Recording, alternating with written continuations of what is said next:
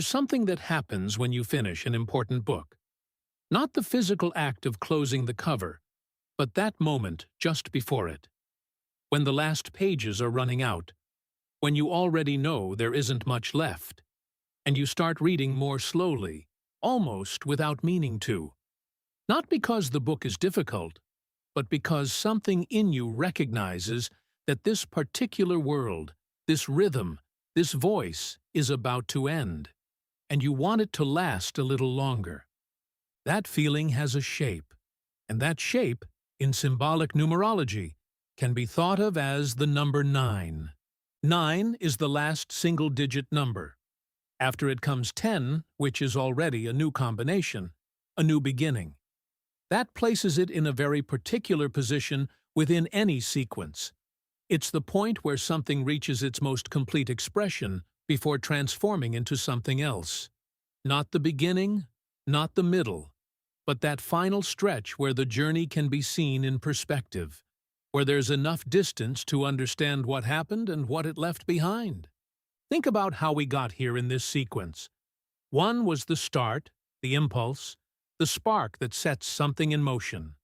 2 introduced relationship, contrast, the idea that nothing exists in isolation. 3 brought expression and creativity. 4 built structure. 5 opened movement and change.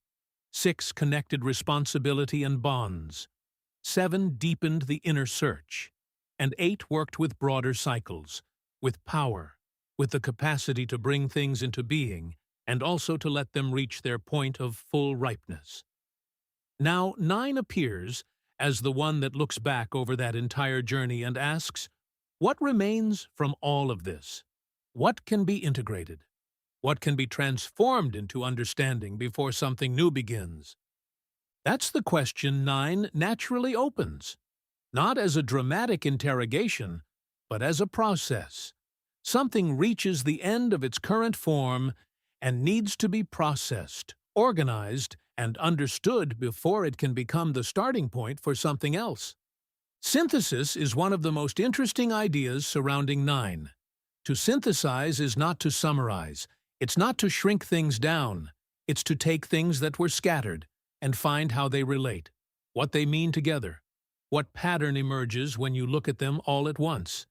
It's the work someone does when reviewing their notes after a year of study and suddenly starts seeing connections that weren't obvious before. Or that feeling you get when a long project is finally done. The sense that you now understand things you couldn't see at the start because you were too deep inside them. 9 can be associated with that capacity for synthesis, with the idea that there's a moment when accumulated experience begins to speak with a clarity it didn't have before. This doesn't happen at the beginning of a process, or in the middle. It happens toward the end, when there's enough material for the pieces to finally find their place. There's something everyday about this that's worth looking at. When someone ends a relationship that lasted several years, the closing period isn't just sadness or relief. It's also understanding. You start to see patterns that were invisible while you were inside them. You understand things about yourself that the relationship was quietly revealing all along. That's synthesis. Not every ending involves that conscious process, but when it does, it carries something of 9 in its structure. The same happens with other kinds of closure. Finishing a degree, completing a work cycle, closing a business, leaving a city you lived in for a long time, finishing something you spent years writing. There's something in those moments that goes beyond the event itself, something that invites you to organize what was left behind, to understand what it gave you, to recognize how that period changed you even though it's over. Transformation is the third idea 9 tends to bring up, and it's directly linked to the other two. If closure is the recognition that something has reached its final point, and synthesis is the work of understanding what it left behind, then transformation is what happens when that understanding changes the way you move forward.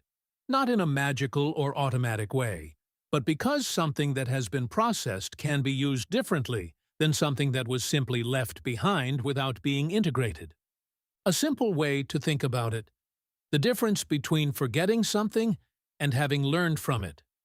Forgetting means letting something disappear. Learning from something means transforming it. It means that experience becomes part of how you see, how you decide, how you connect with others. That transformation doesn't happen on its own. It needs a moment of conscious closure, of synthesis, and 9 can be thought of as the symbol of that process. Some traditions associate 9 with the kind of wisdom that comes from having completed something. Not the abstract wisdom of books, but the kind built from the inside, from having actually gone through something. That distinction matters. Information accumulates. Understanding is forged. And it tends to be forged in those moments of closure and synthesis that 9 represents symbolically. 9 can also be associated with perspective. When you're at 1, at the very beginning, you can't see the full path because you haven't walked it yet. When you reach 9, there's already enough ground covered to look back and see the arc. That wider view wasn't available before.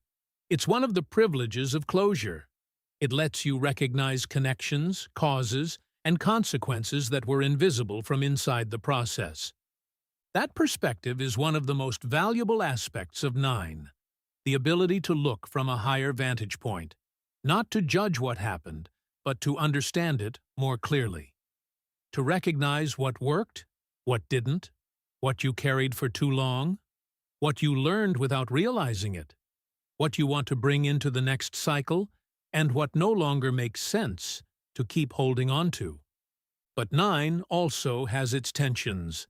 Not everything associated with this number is clarity and synthesis. One of its most common symbolic difficulties has to do with the struggle to let go. If 9 is the point of closure, it can also be the place where someone gets stuck between what's ending and what's beginning. Excessive nostalgia, the exhaustion of holding on to something that has already run its course, the feeling of not being able to say goodbye to an earlier version of yourself. All of that can be felt in the space 9 represents. There's something genuinely hard about real endings. Not small endings, but the ones that involve actual transformation. Closing something that mattered requires acknowledging that it won't be the same again, that the chapter ending won't come back. That saying goodbye to a version of yourself means that version is no longer the one moving forward. That can feel like loss, even when it's also growth. That's the tension of 9. It can be maturity and conscious closure, or it can be resistance to closing, nostalgia that holds you in place, difficulty transforming what was into a starting point for what comes next. Not out of weakness, but because genuine endings are demanding. They require a kind of courage. The courage to recognize that something is over, to face it honestly, and then to move forward carrying what was truly integrated. In those terms, 9 is neither inherently sad nor celebratory. It's demanding. It asks for presence, reflection, and the capacity for synthesis. It asks you to be willing to look at what was with clarity, without romanticizing it or erasing it. It's a space of inner work that can be deep and transformative if approached with intention. An image that might help: someone sorting through their home before a move. It's not a neutral process. Every object you pick up has a history. There are things you decide to take, things you let go, things that surprise you because you'd forgotten you still had them. There are small moments of grief and also of lightness. And what you end up taking isn't the same as what you had before you sorted through it all. It's lighter, clearer, more deliberately chosen. That's what 9 can do when it's moved through, well. Transform the weight of what's accumulated into something actually worth carrying forward. 9 also shouldn't be understood as the only place where endings happen. Endings occur across all numbers, in different ways. but 9 works with them in a specific way, as synthesis, as integration, as a conscious threshold between what was and what comes next.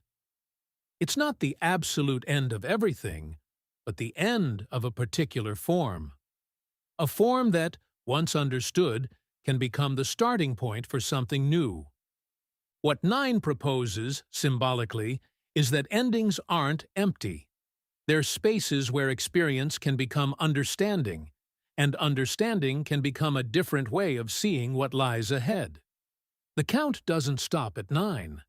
After it comes 10, already a new form, a new cycle, a beginning that carries within it everything 9 managed to process. That's what sets 9 apart from a simple ending.